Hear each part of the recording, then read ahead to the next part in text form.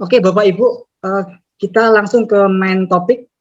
Kita akan membahas tentang jurnal bereputasi. Bagaimana kita menyeleksi atau bagaimana kita menentukan apakah jurnal yang mau kita masukin, yang paper yang mau kita masukin ke jurnal itu apakah sudah benar-benar terindeks Scopus sesuai dengan harapan dari target baik KKM kita atau dari target PR kita ya. Jadi kita sering lihat Scopus ya.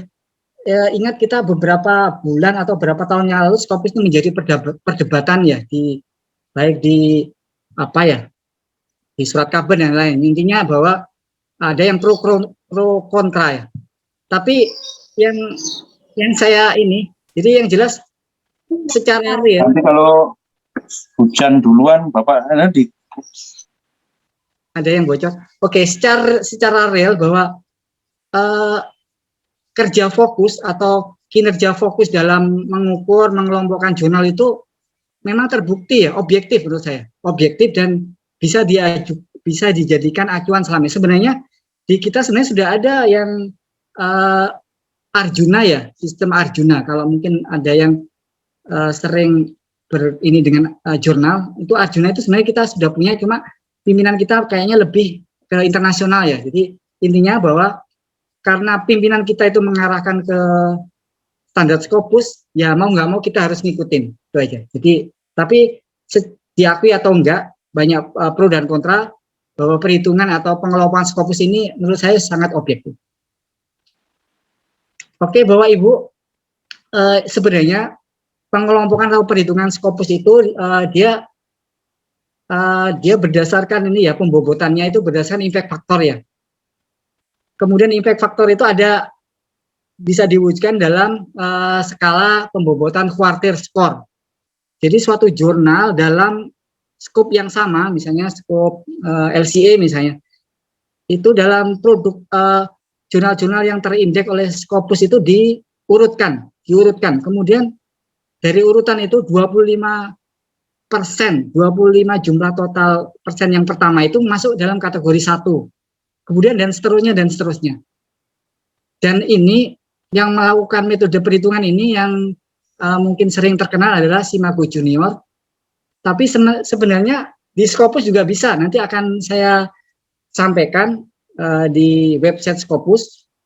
Malah kalau saya menilai pengukuran dan perhitungan di Scopus itu lebih valid karena dia selalu diupdate setiap bulan dibanding dengan Simago. Nanti bisa kita jelaskan, kita ini ya, komparasi ya. Perhitungannya seperti apa Bapak Ibu? Jadi perhitungannya itu adalah berbasis citasi. Jadi suatu jurnal dicitasi oleh penulis lain, kemudian citasinya itu dihitung ya. Jadi biasanya impact factor itu diukur dengan equation seperti ini. Jadi jumlah citasi selama biasanya dihitung dalam 2 tahun. 2 tahun dari tahun perhitungan ya. Misalnya impact factor jurnal A tahun 2020. Maka yang dihitung adalah citasi yang dihasilkan oleh jurnal tersebut pada tahun 2018 dan 2019. Jumlah citasinya totalnya itu dibagi dengan jumlah terbitan dari jurnal yang bersangkutan, Bapak Ibu. Dari equation ini bisa kita pastikan bahwa jadi semakin semakin banyak citasi dan semakin sedikit. Jadi satu isu jurnal itu misalnya berisi 5 atau 10 paper itu jauh lebih bagus dibanding itu ya. Itu menunjukkan nilai pembaginya lebih kecil, itu akan menghasilkan impact factor yang tinggi. Dan impact factor inilah kemudian ini menjadi salah satu menjadi acuan tadi, diurutkan menjadi tadi ya urutan Simago Q1 sampai Q4 tadi. Kita nggak terlalu detail masalah ini karena kita bukan pengelola jurnal ya. Kalau mungkin pengelola jurnal mungkin harus tahu ya. Tapi intinya sebagai author kita sekedar tahu saja bahwa impact factor itu dihitung seperti itu dan kenapa peneliti-peneliti atau riset itu berlomba-lomba untuk tadi ya memasukkan jurnal ke yang impact factor yang lebih tinggi ya, karena apa mungkin dari tuntutan kantor kayak seperti kita reputasi menengah, nanti reputasi menengah itu Q2 dan Q1 dan lain-lain. Oke, Bapak Ibu semua, jadi yang akan kita lakukan pada sesi ini, kita hanya ada 2 tahapan ya. Jadi yang pertama, kita punya draft paper. Draft paper ini draft yang format dan lainnya masih ini ya, masih belum menyesuaikan dengan jurnal yang mau kita pilih ya. Jadi draft paper ini yang kita sudah siap itu, kita akan coba sesuaikan draft paper ini akan lebih pas masuk ke jurnal mana. Terutama tadi dengan kriteria jurnal itu harus reputasi menengah untuk yang kita penulis fungsional media terutama atau terindeks Scopus. Nah, ini ada beberapa link nanti akan kita coba latihan bersama. Mungkin kalau nanti ada bisa saya akan tunggu kalau mungkin ada yang ikut bareng ini ya, langsung learning bareng ya. Jadi nanti ada Simago JR, kemudian Journal Finder, Conference Alert, IOP. Ini adalah publishing kebanyak yang kita tuju ini yang keempat bawah ini nanti kita adalah upaya untuk mencari proceeding terindeks Scopus. Kemudian setelah kita mendapatkan nama jurnal atau nama event proceeding yang sepertinya dari skupnya, dari apa ya, kira kita kalau lihat format tulisan atau model tulisannya kita mampu menyamai kualitasnya. Perlu yang ketiga ini, proses yang sangat penting ini Bapak Ibu. Kita perlu konfirmasi, kita perlu cek apakah jurnal yang sudah kita pilih dari link-link ini masuk di Epenality untuk target KKM.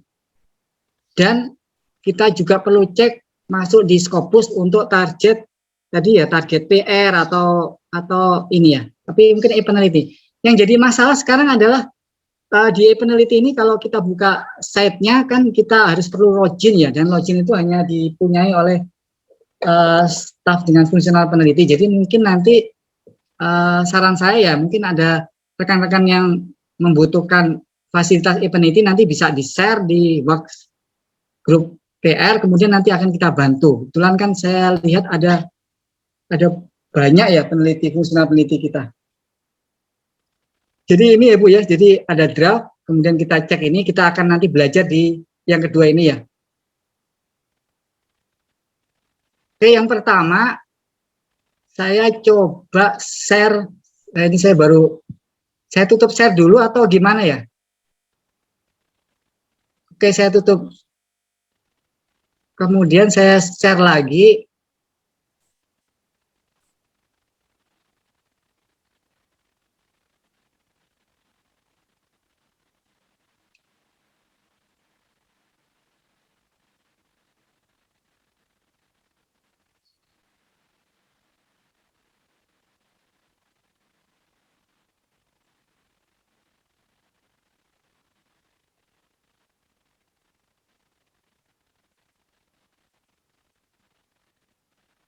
Oke, Bu, ini adalah tampilan awal dari Simago JR ya. Link semua sudah ada di PowerPoint, nanti saya bagikan, jadi Bapak Ibu nggak usah ini. Dari sini, ini adalah salah satu tool juga yang bisa kita gunakan. Jadi kalau kita ingin melihat, kita misalnya ingin mencari jurnal, ini kita bisa pilih areanya atau misalnya kategorinya. Untuk PR kita, mungkin yang paling pas itu yang di energi informing.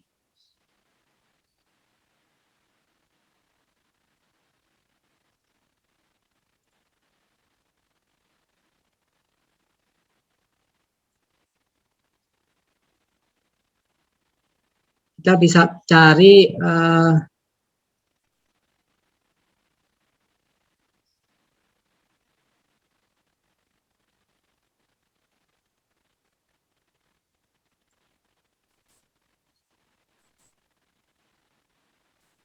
nah ini. renewable energy, sustainable environment. Kemudian ini misalnya kita ingin mendapatkan jurnal yang dipublikasi oleh kawasan tertentu misalnya, karena kan ada beberapa saran, misalnya kita kalau kepingin bisa lebih cepat lolos itu kita mencari jurnal di negara-negara yang tidak berbahasa ibu Inggris, misalnya kita mencari di Amerika Latin atau di mana gitu, itu juga bisa. Ini kita fokuskan. Kemudian misalnya kita pilih jurnal ya Bapak Ibu ya. Kalau proceeding nanti kita ada link yang lebih ini lagi. Dari sini kita akan lihat Q1, Q2. Kalau yang biasa saya lakukan, kita mulai dari Q yang paling bawah dulu ya, Q3 gitu ya. Karena dengan harapan Q3 setelah kita dapatkan misalnya, kemudian kalau yang ini ya, karena saya merasa kemampuan tulis saya juga relatif, jadi kita cari yang ini aja. Karena otomatis yang Q2, Q1 ini relatif saingannya lebih banyak juga. Misalnya kita ini ya, Q3 ini. Ini, kemudian kita copy paste ini. Kita copy paste ISN juga bisa. ISN, kita copy paste ISN untuk bila kita mau konfirmasi ke Scopus ya. Tapi kalau kita mau konfirmasi ke e-peneliti, maka kita copy paste jurnalnya. Kenapa kita harus copy paste Bapak Ibu? Karena di e-peneliti itu kesalahan satu huruf atau satu spasi itu mempengaruhi ya. Jadi sangat disarankan kita copy paste aja. Kemudian kita ke e-peneliti. Ini yang tadi permasalahannya harus login. Karena bukan peneliti ya, tapi nanti bisa kita akali, kita akan bantu bareng-bareng. Nah, peneliti, kemudian kita masuk ke, ini ada dua indeksasi proceeding jurnal dan indeksasi publikasi nasional. Kita pilih yang jurnal dan proceeding. Kemudian kita paste yang tadi ya. Nah, ini otomatis sudah ada nih. Tahun terbit ini di sini sudah ada notifikasi kita diminta untuk menulis di bawah 2020 ya. Kita pilih 2019. Nah, benar kan dugaan saya. Jadi meskipun Q3 kita diakui sebagai jurnal bereputasi menengah ini Bapak Ibu semua. Jadi ya ada sedikit untung ya. Tapi ya itu salah satu, dan mungkin nanti bisa Bapak Ibu ulangi untuk yang ini ya, mungkin ada Q4 mungkin, tapi saya belum tahu ya, Q4 biasanya agak susah, tapi Q3 saya menemukan beberapa jurnal itu bisa. Jadi kita harus bisa sampai menemukan ini Bapak Ibu. Untuk yang tadi ya, untuk yang staf dengan kategori 1 ya, jadi kita harus jurnal berotasi menengah atau tinggi ya. Oke, kita lanjut sekarang, ini untuk yang Simago ya. Kemudian kita balik ke yang lain ini Bapak Ibu. Saya agak susah ini karena full screen ya.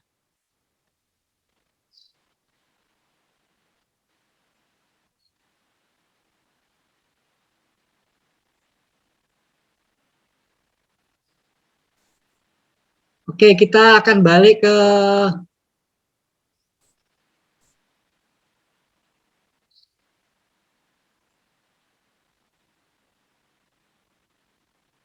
ini Bapak Ibu.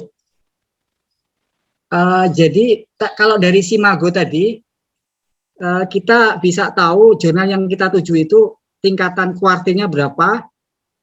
Kemudian setelah itu dari jurnal yang sudah kita anggap oh ini memang sesuai, misalnya Q3 kita balikan ke peneliti, kemudian kita bisa mendapat kepastian bahwa jurnal kita bereputasi. Nah, ini yang ada lagi yang lebih menarik adalah kita menyiapkan draft paper kita, kemudian kita masukkan di website ini, Journal Finder ini.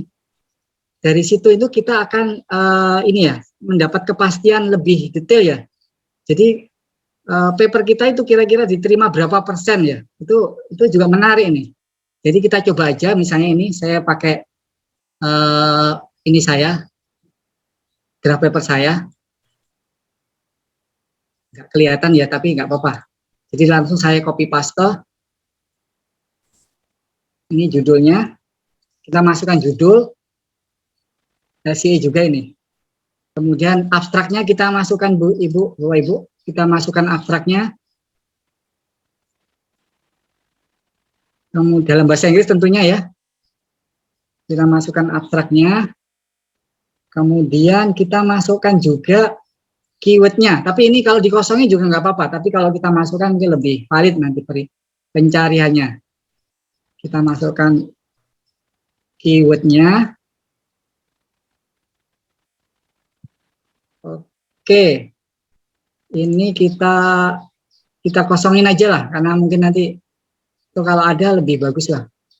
Kita pilih yang berbau-bau lingkungan.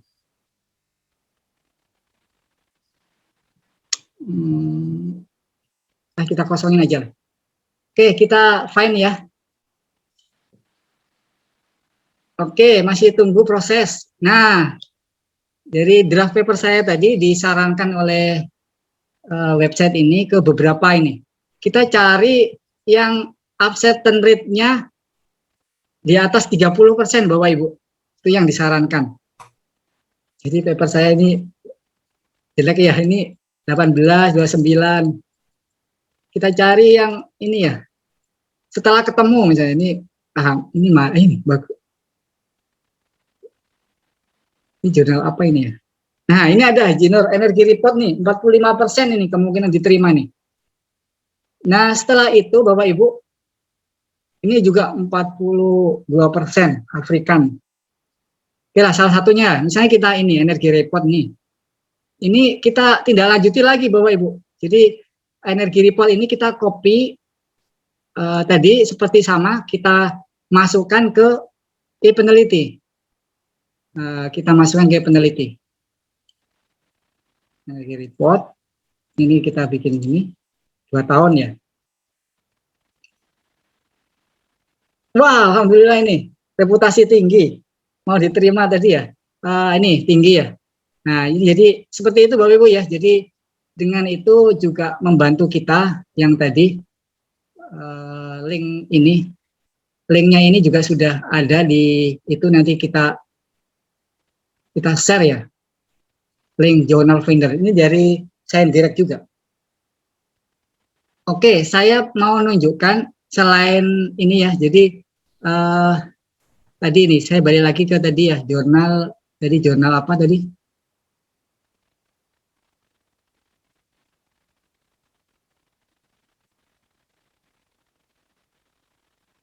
Energi report. Kita akan cek apakah energi report ini terindeks oleh Scopus atau enggak. Jadi yang pertama kita masuk ke website Scopus. Kemudian kita checklist source.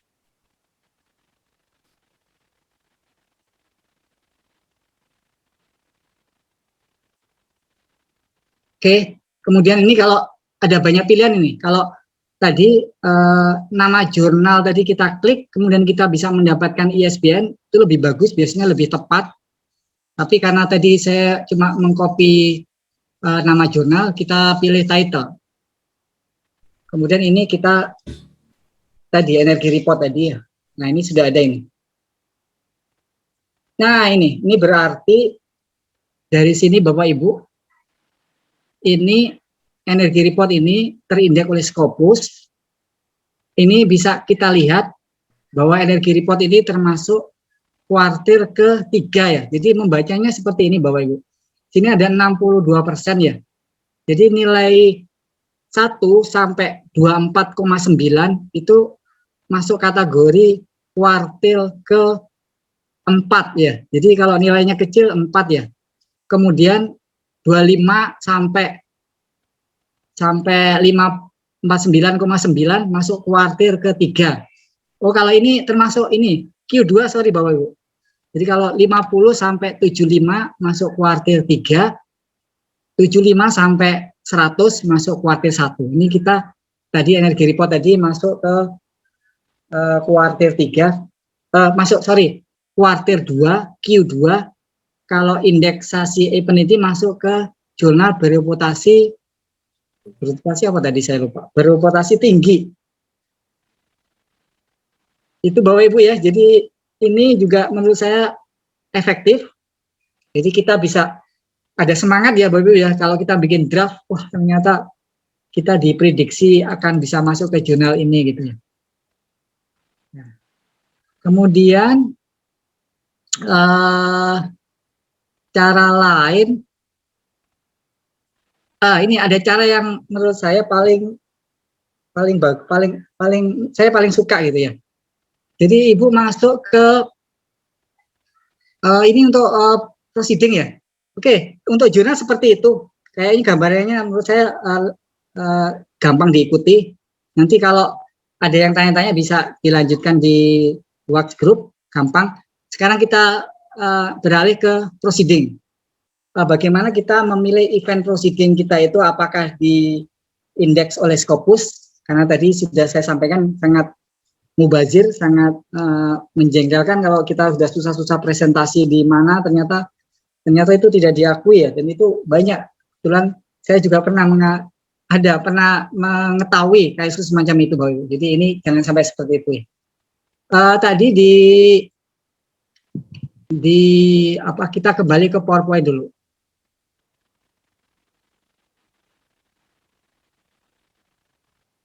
Oh, harus ini ya.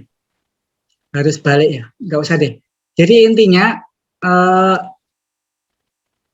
yang paling gampang untuk proceeding ini, kita ada beberapa proceeding yang menjadi langganan atau menjadi apa ya, underboy atau apa ya, intinya yang oleh Scopus. Salah satunya yang sering kita kenal adalah IOP publishing, kemudian API publishing, kemudian Bapak Ibu mungkin masih sering familiar dengan IEEE ya, IEEE itu otomatis kegiatan event yang dilakukan oleh itu semua publikasinya terindeks oleh Scopus. Jadi itu 3 itu.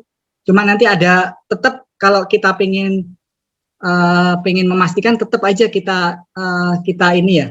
Seperti kemarin yang disampaikan oleh Pak Nuk ya, ada proceeding tentang nih, kita mulai awal-awal dari ini ya. Kita dari IOP publishing. IOP publishing ini biasanya yang saya tahu banyak menyelenggarakan konferensi atau simposium dengan topik mungkin sesuai dengan topik kita ya, ada energi, lingkungan gitu.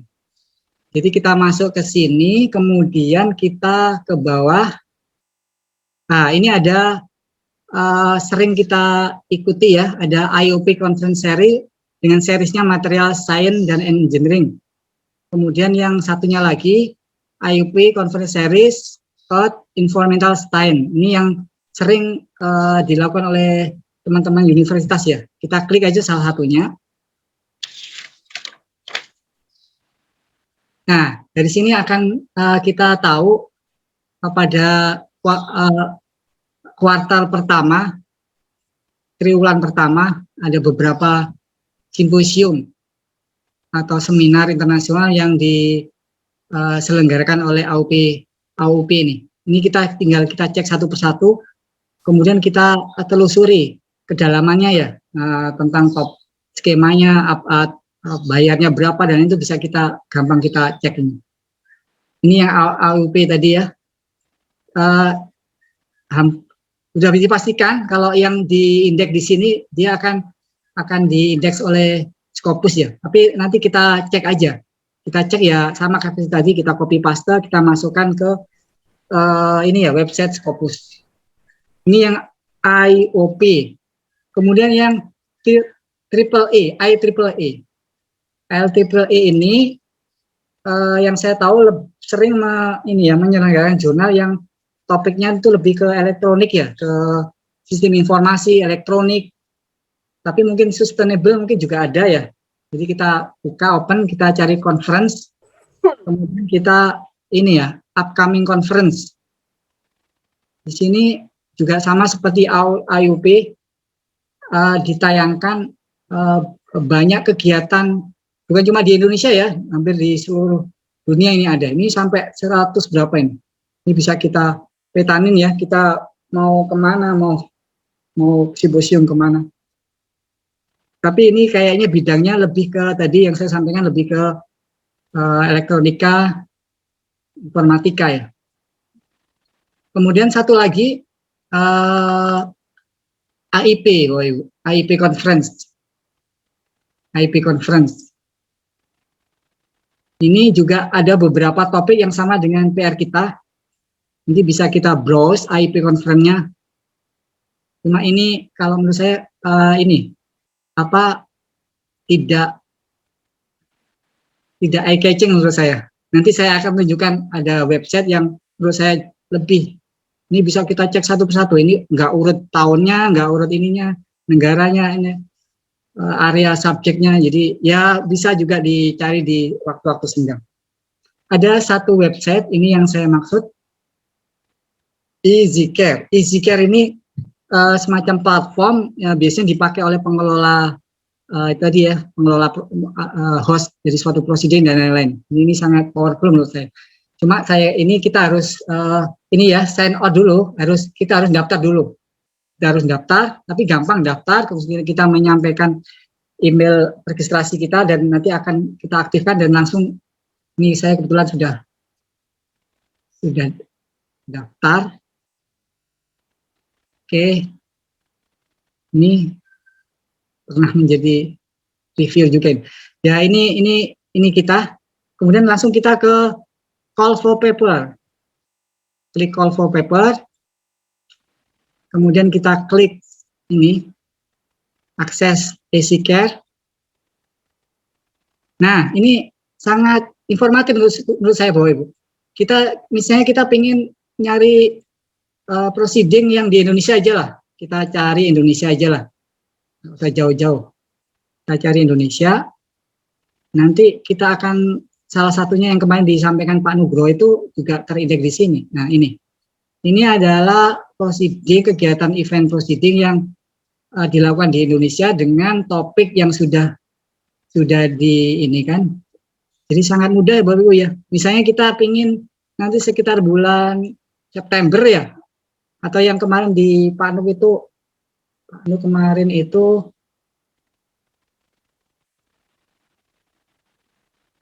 ini Pak Nuk ini di Bangka ini Oktober. Nah ini di Bangka ini. Kemudian ini kalau mau di Bali sama juga Desember. Nah, ini sama, ini topiknya sama dengan topik pusat riset kita. Nah mungkin nanti mungkin ada rekan atau teman ya yang nanti memetani ini ya. Jadi nanti saya bantu. Jadi itu untuk memberi fasilitas ke teman-teman yang lain ya. Kita list ini deadline, kemudian nama ininya, kemudian kita cek juga terindeks Scopus enggak, bayarnya berapa. Nanti kita share di itu kita ya. Kalau yang nggak kepingin ribet ya, kalau yang pingin jadi ya. Tapi ya mungkin itu usulan saya aja, nanti mungkin yang muda-muda ini, yang biasanya kan milenial lebih ini ya, jadi ini kita petani satu persatu, deadline dan lain-lain yang kemungkinan bisa, misalnya. Dan itu bisa kita menjadikan informasi yang sangat berharga di pusat riset kita ya. Tapi tetap harus dicek-recek di ini ya, di Scopus ya, kayak seperti ini. Oh ya, saya baru ingat. Ada satu kesalahan yang sering dilakukan oleh teman-teman, untuk kayak misalnya yang ini I2G yang disampaikan oleh Pak Nuk, yang kita copy bukan ini ya. Kalau ini kita copy, kita masukkan di Scopus, nggak akan keluar ya. Kita coba aja. Ini kalau kita tadi masukkan nama proceeding kita, ini nggak akan keluar ini. Karena yang nggak keluar kan. Karena yang diminta ini bukan nama ininya, eventnya ya, tapi lembaga ininya. Jadi yang kita itu adalah IOP ini yang Pak Nuk itu yang ini. Nah, yang kegiatan di Bangka itu dia masuk kategori berapa ini? 17% itu berarti Q4 ya. Tapi nggak apa-apa asal terindeks Scopus, tapi ini kan Q4 nih, Oh, 17%. yang di UBB itu Q4, Mas? Iya, ini Q4 nih Pak, hasil hitungan ini. Oke, oke. Tapi ya nggak apa-apa Pak, kan kita targetnya kan terindeks Scopus. Ini sudah lolos. Tapi ini nggak terindeks. apa-apa ya, kan itu terindeks Scopus. Iya, kan kita targetnya kan kita nggak mau QQ-an, kita pinginnya terindeks Scopus sama tadi Pak bereputasi menengah dan tinggi. Itu yang untuk proceeding ya. Jadi itu yang sering salah adalah ini ya. Jadi itu bisa kenapa ini saya bisa memastikan ini, kita lihat di websitenya ICG-nya ini. Di web ICG-nya itu nanti ada informasi ya, misalnya dari home-nya itu akan dia menunjukkan bahwa situ itu di yang pelakunya adalah IOP. Bentar saya cek catatan saya, mungkin ada yang terlewat ya. Oke, saya hanya mau ini aja, misalnya ini aja. Saya balik lagi ke ini. Saya sangat tertarik ini. Scopus ini bisa kita tahu juga dari autornya ya. Autor bisa kita cek, kita ingin ngecek ya. Misalnya si A ini dia bidang apa sih, itu bisa.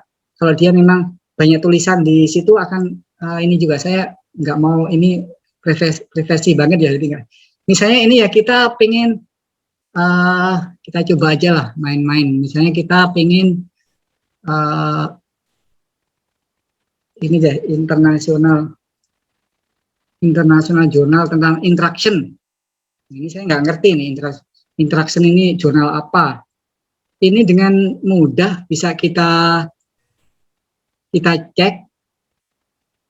Saya menyarankan kita cari ISN-nya karena itu yang paling maaf ini masih lama ya. Nah, ini kan ISN-nya aja kita copy paste ini.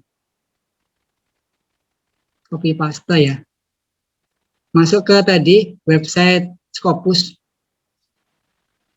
Nah, ini kita ganti ISN ya. Kita paste di sini. Kita pengen tahu jurnal interaction tadi Q berapa sih? Nah, langsung ketahuan ini. Jadi dia itu Q1. Nah, Q1 ini ternyata. Jadi jurnal internasional jurnal interaction itu Q1. Dengan ini education. Kadang-kadang satu jurnal itu bisa dinilai dari dua hal. Jadi kadang-kadang dia ini ya kayak setengah-setengah gitu ya. Kayak campur-campur ya. Jadi dia ada yang ke listrik, energi, ada satunya ke misalnya kebijakan. Nah, nanti ada dua. Nah, cuma nanti akan berbeda penilaiannya. Ada yang misalnya energinya itu Q1, yang kebijakannya misalnya Q3. Itu nggak masalah.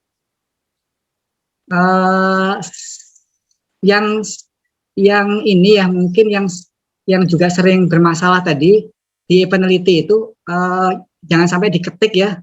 Ini memang ini sudah ada usulan ya, sebelumnya ribet lagi. Sebelumnya kita nulis sesuatu nggak ada memoris ini ya, ada sebelum, jadi kita harus copy paste aja karena satu karakter berbeda itu akan susah ya mungkin.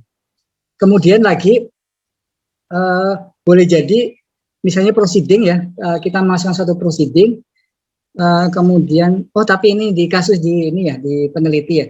Jadi suatu proceeding kan indeksasi LIPI ini nggak ngerti metodenya seperti apa, perhitungannya, kemudian staf yang bertugas mengupdate itu seperti apa juga kita nggak ngerti. Ada kalanya kita yang sudah ini ya, kita sudah publish di suatu proceeding, menurut kita sudah sangat bagus proceeding itu, tapi setelah kita masukkan di peneliti nggak bisa. Nah ada satu jalan itu, jadi kan kita sudah keluar ya, jadi keluar uang, keluar macam-macam. Itu bisa kita kita way out-nya adalah kita sampaikan ke, dulu tuh ada namanya asesor ya, asesor peneliti ya, itu kita sampaikan ke dewan asesor itu untuk minta semacam surat keterangan ya. Jadi di situ asesor itu nanti akan mengecek prosedur yang sudah keburu kita publish itu, dia akan ngecek apakah Intinya sih untuk ngecek apakah proceeding ini tidak abal-abal atau enggak. Kalau Pak, indeksasinya sudah 2020 loh Pak. Iya Bu, ini belum diupdate Bu. Nah, ini malah sudah update 2020. Kalau nulisnya 2019 nanti nggak bisa 2020.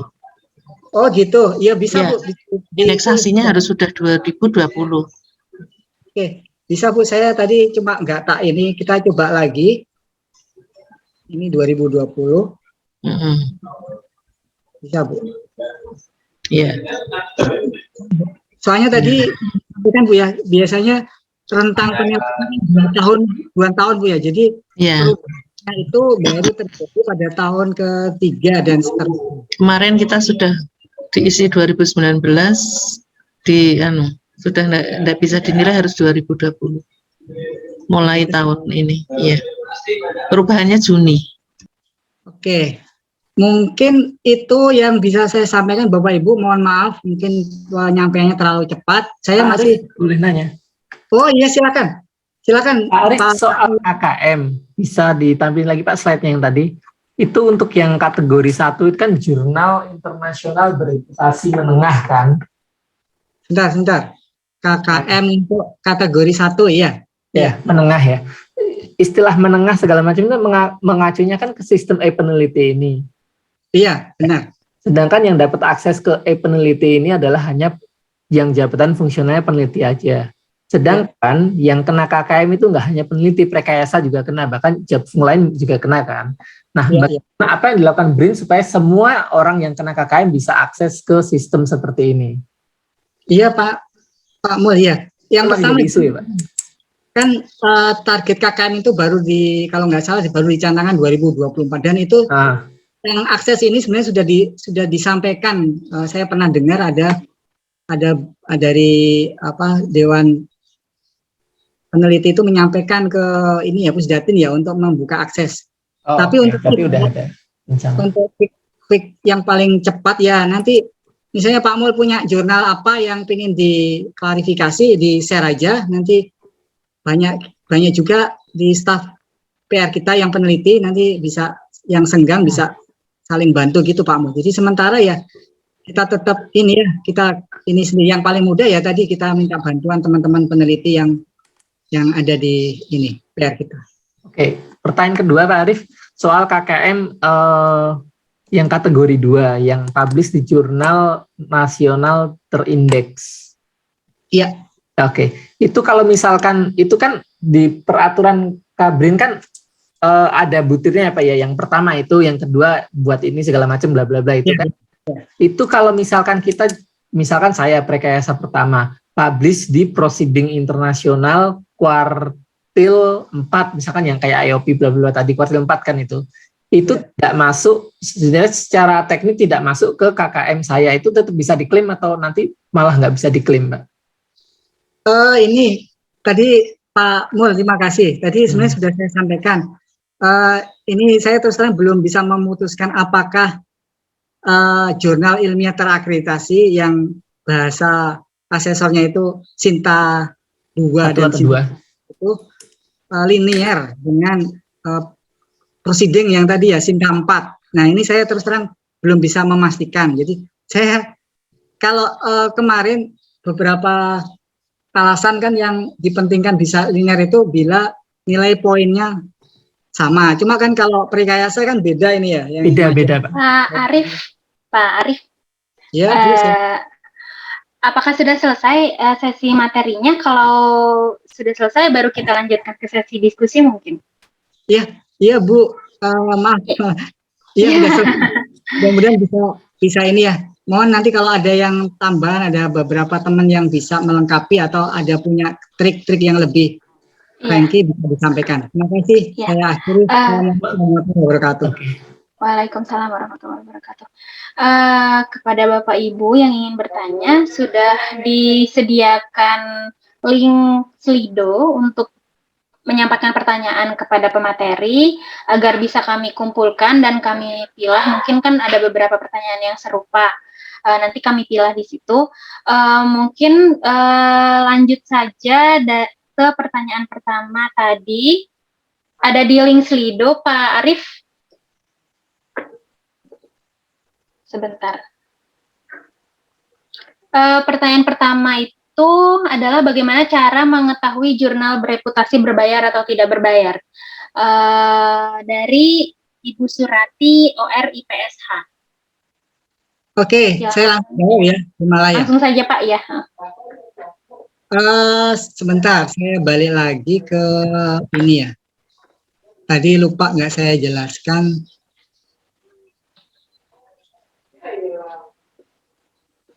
Kita cari yang open access ya, nanti ada pilihan.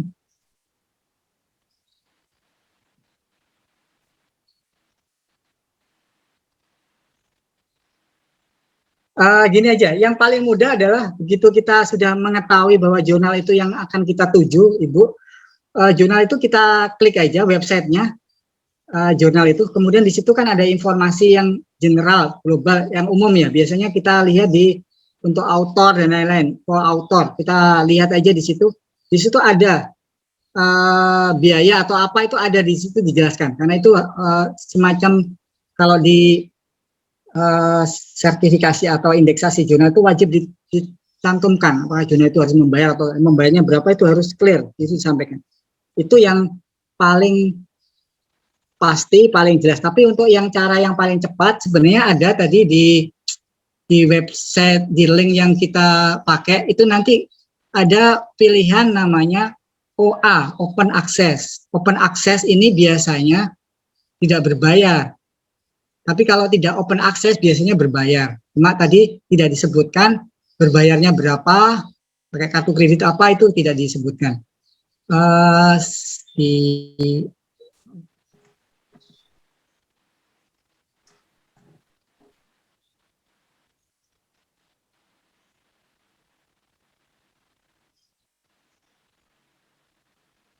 Sebentar, caranya mengetahui open access gimana ya? Ini ada. Ini kan ada OA, Ibu, Bapak, Ibu. Ini berarti open access, ini berarti tidak berbayar ini. Pak Arif boleh nambahin? Ya, silakan Mulyono. Ada jurnal yang OA tapi tetap berbayar, Pak. Dia tetap mengenakan artikel publishing charge. Oh, gitu ya. Jadi OA itu bukan masalah bayar Ya, ketika submit, tapi bayar tidaknya ketika kita download gitu, setahu saya, Pak. Oke, terima kasih Mulyono penjelasannya. Ya, sepertinya seperti yang Mulyono bilang. Tips yang lain untuk ngecek berapa artikelnya itu Ibu atau Bapak cek ke publishernya, misalkan ke Elsevier atau ke apa gitu, nanti terus Ibu search nama jurnalnya apa, nanti di situ kelihatan kayak info tentang jurnalnya. Misalkan di sini saya dapat dari Pak Nasir nih, Journal of Cleaner Production, dia itu open access, tapi artikel publishing charge-nya itu $3.850. Iya, ini kelihatan nih. Faktornya sekian, site score muncul semua. Jadi cek ke publisher dari si jurnal tersebut. Ini sudah bisa lihat juga Pak Mulyono ini. Iya itu tadi 3.800. Dia Author, tapi tetap mengenakan kan, Pak? ya. Bapak Ibu mungkin sebenarnya kita tidak usah dirusuhkan dengan berbayar, enggak ya, karena seperti disampaikan di presentasi dari bahwa fasilitas berbayar itu nanti akan di-cover semua oleh deputy fasilitasi ya. Tapi saya terus terang belum mendalami informasi itu gimana prosesnya. Cuma dari pengalaman beberapa tahun yang lalu kayak misalnya dari Ristekdikti dan lain-lain itu untuk masalah berbayar dan enggak itu bisa banyak lah, solusinya banyak. Dan mungkin di BRIN ini yang notabene Pak Kepala sudah menargetkan capaian lembaga ini berupa KTI atau publikasi, otomatis ya mungkin akan sangat difasilitasi, Bu. Jadi mungkin silakan dicari info terkait itu, pembiayaan jurnal. Saya yakin mungkin akan ada, soalnya saya pernah ikut ada session webinar tentang itu ya. Mungkin tapi mungkin detail persyaratan dan lain-lain itu mungkin yang perlu kita dalami lagi. Demikian. Aku punya saran Pak Arif, saya punya saran. Gimana kalau misalkan Pak Mas Nuk sebagai Kepala PR itu yang mengkonfirmasi ke Deputi Fasilitasi. Jika memang ada skema seperti itu, nanti mungkin perlu disosialisasikan ketika apel pagi atau ketika apa, sehingga semua sivitas BRIN tahu gitu loh, kalau kita pengen submit jurnal, kita nggak harus ngeluarin duit dari kantong sendiri, seperti itu. Dan kalau minta reimburse-nya ke deputi tertentu, bukan ke LTH seperti itu. Ya, ada yang lain saya tidak bisa Ya Pak Arif, sebentar.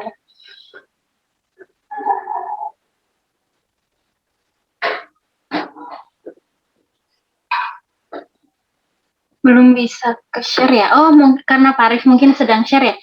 Ya udah nggak apa-apa, saya bacakan aja Pak. ya. Pertanyaan kedua adalah apakah Bapak punya atau ada referensi link terkait jurnal yang terindeks Scopus, misal terkait topik kelautan atau topik lainnya? Anonymous Pak namanya Pak. Silakan Pak Arif. Iya, kita cari bersama-sama Ibu ya. Ada yang boleh ini ya. Kita cari bersama-sama sebagai latihan ya. Kita paling gampang kita pakai Simago ya. Oke. Silakan Bapak Ibu untuk mencoba sendiri di website browser masing-masing. Oke, Bapak Ibu, kini kita cari jurnal ranking. Bapak Ibu klik.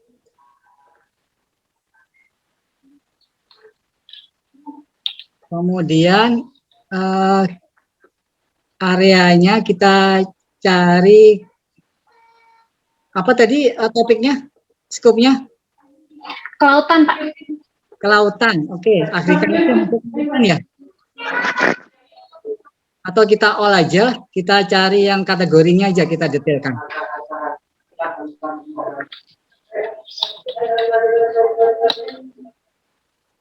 Ocean. Ocean ya?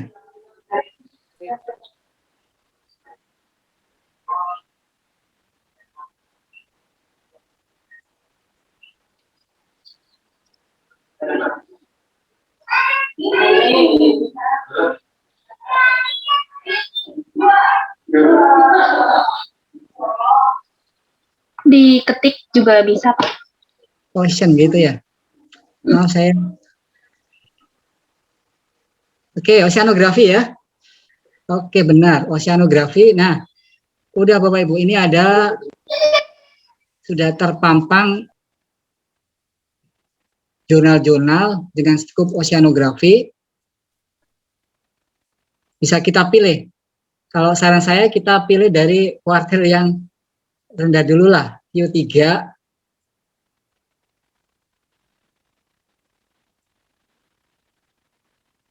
Q2 itu masih agak susah ya novelty-nya, kalau tidak signifikan tidak. Nah, misalnya aja kita ini aja deh. Limnologi and Oceanography Bulletin. Ini kita coba ini. Nah, ini kita cek ada ISN-nya enggak? Yang biasanya ada ini. Nah, ini ISN-nya. ISN-nya kita copy. Kemudian kita masuk ke Scopus. Nah, ISN kita pilih ISN. Kemudian kita pas. Nah, zona yang tadi kita pilih Q3 itu masuk di Scopus, terindeks di Scopus, meskipun masuk di Q4. Jadi sebenarnya kita ini ya, biar tidak patah ini, yang paling penting bukan ini aja. Jadi yang paling penting itu setelah ini kita anggap ini, kita sebelum tahap ini kita harusnya ini Bu, Ibu, kita cek jurnal ini. Kita baca 1 atau 2 artikel, apakah artikel-artikel yang diterima di jurnal ini itu ini ya, mempunyai similaritas yang tinggi dengan draft kita. Itu yang penting dulu. Karena boleh jadi kalau kita hanya sekedar mengacu pada nama jurnal itu biasanya masih sangat bias Bapak Ibu. Jadi kita perlu melihat mungkin beberapa terbitan ya untuk mengetahui judul-judul yang oleh redaksi jurnal ini disukai gitu. Itu juga salah satu trik untuk meningkatkan persentase diterimanya paper kita. Kalau itu kita sudah sangat yakin bahwa jurnal ini memang sudah sangat sesuai dengan apa draft kita, baru kita ini ya kita cek tadi ya. Itu dari pengalaman saya ya. Jadi soalnya kadang-kadang antara ini dan isinya mungkin agak berbeda ya. Ini juga ini ya agak sesuai yang kita ini kan. Ini bisa kita lihat di homepage-nya. Nah, bisa kita lihat di arsipnya.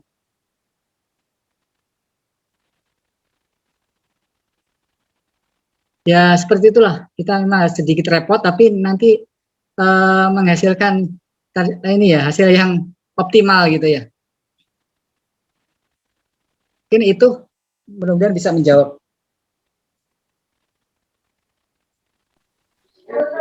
Siap, makasih Pak Arief. Pertanyaan ketiga, saya bacakan lagi dari P. Sembiring. Beliau bertanya, pemilihan jurnal bereputasi, mengapa Scopus yang ditelusuri? Ada jurnal terindeks Scopus, tidak ada di list jurnal peneliti. Q3 bisa reputasi lebih dari Q2. Mohon tanggapannya Pak Arief, atau saya ulang, atau saya bisa share screen ya? Saya coba ini ya, mengira-ngira sebenarnya ada 3 pertanyaan ya. Yang pertama, Ya, kenapa betul. Scopus ya itu tadi seperti saya sampaikan bahwa kita ini di era BRIN Pak ya, jadi kita ya ngikutin BRIN. Dulu saya waktu di UI itu mazhabnya bukan Scopus Pak, mazhabnya malah yang dianggap excellent itu Thomson Reuters dari WOS. Jadi kita ngikut-ngikut apa maunya pimpinan kita Pak. Jadi karena yang saya pahami yang diterjemahkan oleh jurnal bereputasi internasional itu menurut pimpinan kita itu yang terindeks Scopus ya, kita ikuti. Sebenarnya kita bisa juga berargumentasi, ada banyak indeksasi selain Scopus yang juga objektif ya, tapi bukan ranah kita ya, itu mungkin kan udah ranahnya ini ya direktorat apa ya, pemberdayaan ya. Maaf Pak Arief, setahu saya kepala LIPI itu tidak mengharuskan Scopus, minimal Scopus itu yang dia minta. Jadi tidak mesti Scopus. Jadi kalau bisa Thomson Reuters, maka Thomson Reuters itulah yang dipilih.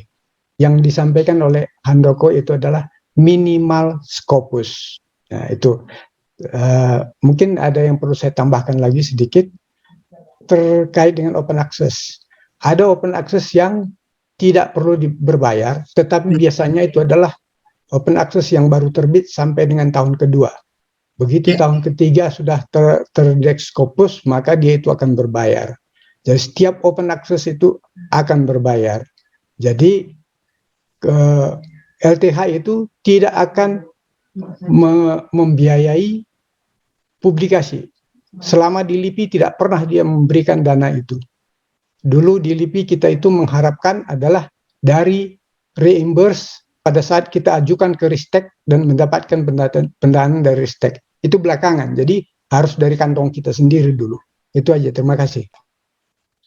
Oke, terima kasih Pak Sembiring ya, terima kasih masukannya. Ya Pak, oke saya juga ini memahami yang sama Pak, jadi yang dimaksud internasional publikasi seperti yang Bapak sampaikan. Cuma mungkin kita sudah ini ya, di lingkungan kita sudah image-nya kalau internasional ada Scopus, dan yang saya ketahui yang cara paling mudah untuk mengetahui identifikasi ya lewat Scopus Pak. Untuk yang Thomson Reuters saya terus terang saya juga belum ngerti.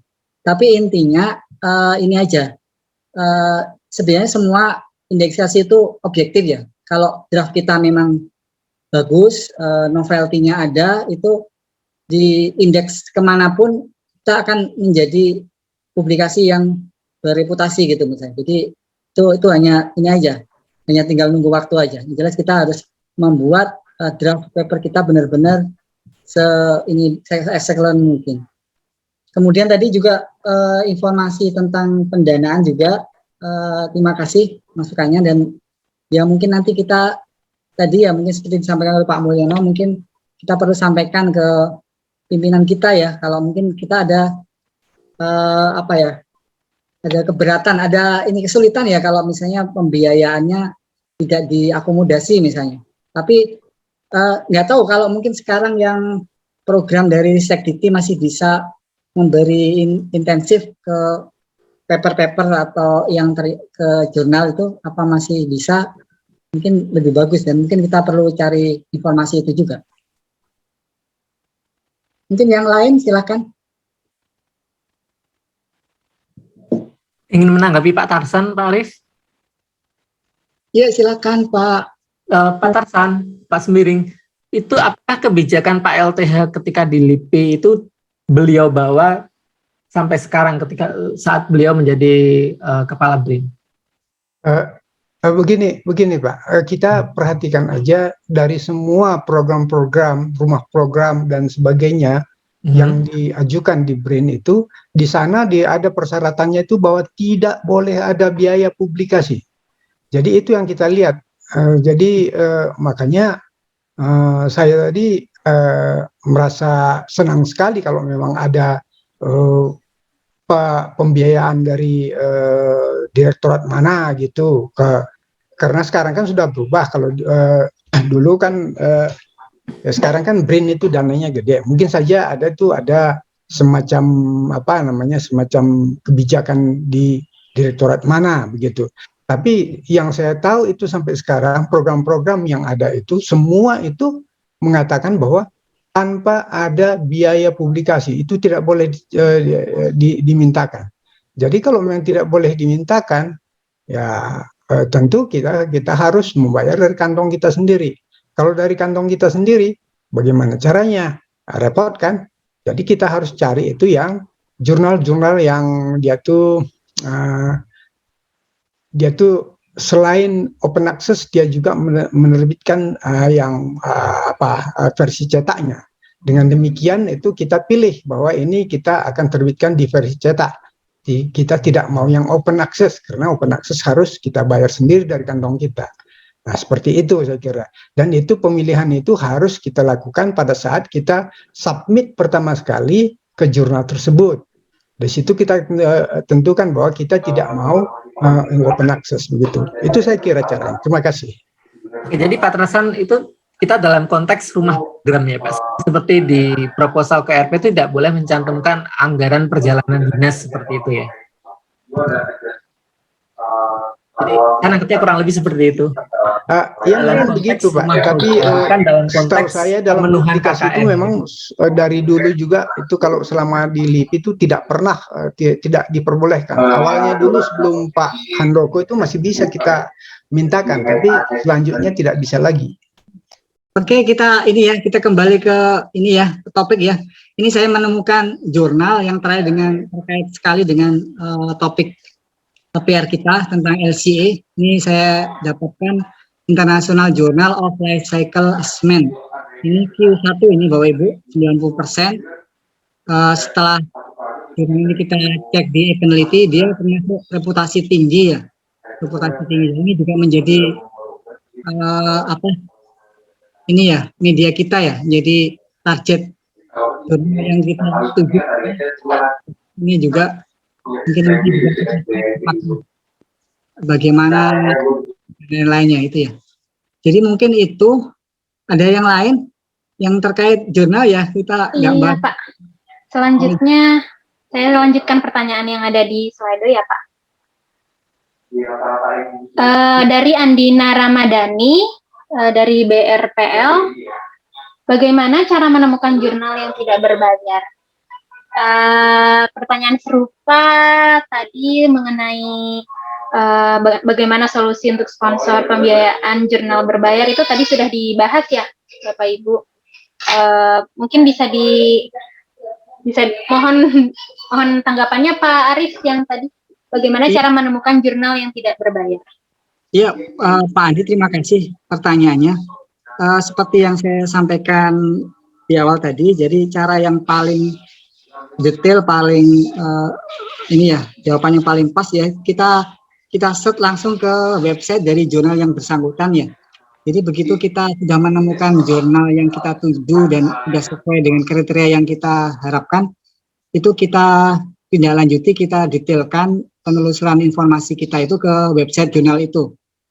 Dan di situ akan menjadi informasi yang wajib ya disampaikan oleh pengelola jurnal apakah jurnal itu harus berbayar atau enggak dan berbayarnya berapa itu harus disampaikan di website itu, karena itu menjadi salah satu poin penilaian ya kalau mungkin di akreditasi, kalau yang saya tahu. Nah itu nanti baru kita tahu ya berapa dan bagaimana sistem pembayarannya itu akan detail, akan dijelaskan di website. Itu mungkin Bu Mala. Ya, siap. Terima kasih Pak Arif. Kemudian selanjutnya ada pertanyaan dari Endriana, peneliti pertama Bapedalitbang Pacitan. Beliau bilang saya ada proceeding internasional dari 2020 berkolaborasi, apakah ini bisa masuk ke peneliti? Bisa. Proceeding yang sudah dilakukan itu seperti apa itunya, publishingnya siapa, dari situ nanti akan bisa kita input di peneliti. Itu alternatif pertama. Alternatif kedua, kalau mungkin tadi yang penanya tadi peneliti dan memang naskah itu dijadikan sebagai misalnya ujian kompetensi atau itu AKT, itu bisa tadi disertakan surat keterangan ya dari ini salah satu dewan asesor ya peneliti, itu menyatakan bahwa dia akan menilai terbitan yang Bapak Ibu sudah hasilkan itu apakah itu sebagai jurnal yang representatif, signifikan, saintifik atau abal-abal. Itu bisa diketahui dari misalnya reguleri pelaksanaannya, kemudian dari ada tahapan proses skripsi atau enggak, dari komitenya dan lain-lain. Itu biasanya dicek dari situ kalau memang itu memenuhi syarat. Tapi dari pengalaman kita, kalau seni jurnal itu misalnya dilakukan oleh perguruan tinggi ternama kayak misalnya ITB, IPB, itu biasanya otomatis itu sudah terindeks. Itu Bapak Ibu. Siap Pak Arif, terima kasih. Selanjutnya tadi ada terkait dengan persentil yang tadi Pak Arif sempat jelaskan di paparan Pak Arif ketika praktek langsung. Ada yang bertanya, anonymous juga, Pak Arif, menurut web Scopus, jurnal yang kita tuju masuk ke dalam Q2 dan persentil 91 dengan citasinya 3,5. Dalam peneliti masuk menengah, mengapa lebih rendah, Pak? Begitu, Pak. Itu terus terang itu tidak bisa saya jawab ya, karena terus terang kita juga sering menanyakan ke pihak pengelola indeksisasi LIPI metode perhitungannya yang dia pergunakan untuk mengindeks jurnal-jurnal itu menggunakan perhitungan seperti apa. Itu kami tidak tahu ya, jadi itu kadang-kadang jadi sampai sekarang dari asesor penelitinya pun juga sama, kita tidak bisa, jadi kayaknya kita sudah kita ambil mati kutu lah, kita harus pokoknya tunduk pada indeksasi itu. Kita nggak bisa, ya mungkin kita bisa tadi salah satunya kalau kita merasa bahwa jurnal kita itu misalnya ini yang seperti yang dilakukan di produk proceeding ya. Soalnya pernah ada dari pengelola itu menyatakan kalau proceeding bisa dilakukan seperti tadi dengan surat keterangan dewan ini, tapi kalau untuk jurnal katanya dia sudah fix. Jadi kalau sudah tidak muncul di peneliti dan bukan merupakan kesalahan input, misalnya salah karakter dan lain-lain, salah ketik karakter, itu ya berarti dia tidak terindeks, jadi lebih baik dihindari gitu. Jadi itu cuma harga mati gitu. Itu yang sering saya temui jawaban dari mereka. Untuk itu mungkin tadi awal penentuan jurnal itu tadi sangat urgent juga ya, harus kita pertimbangkan benar-benar.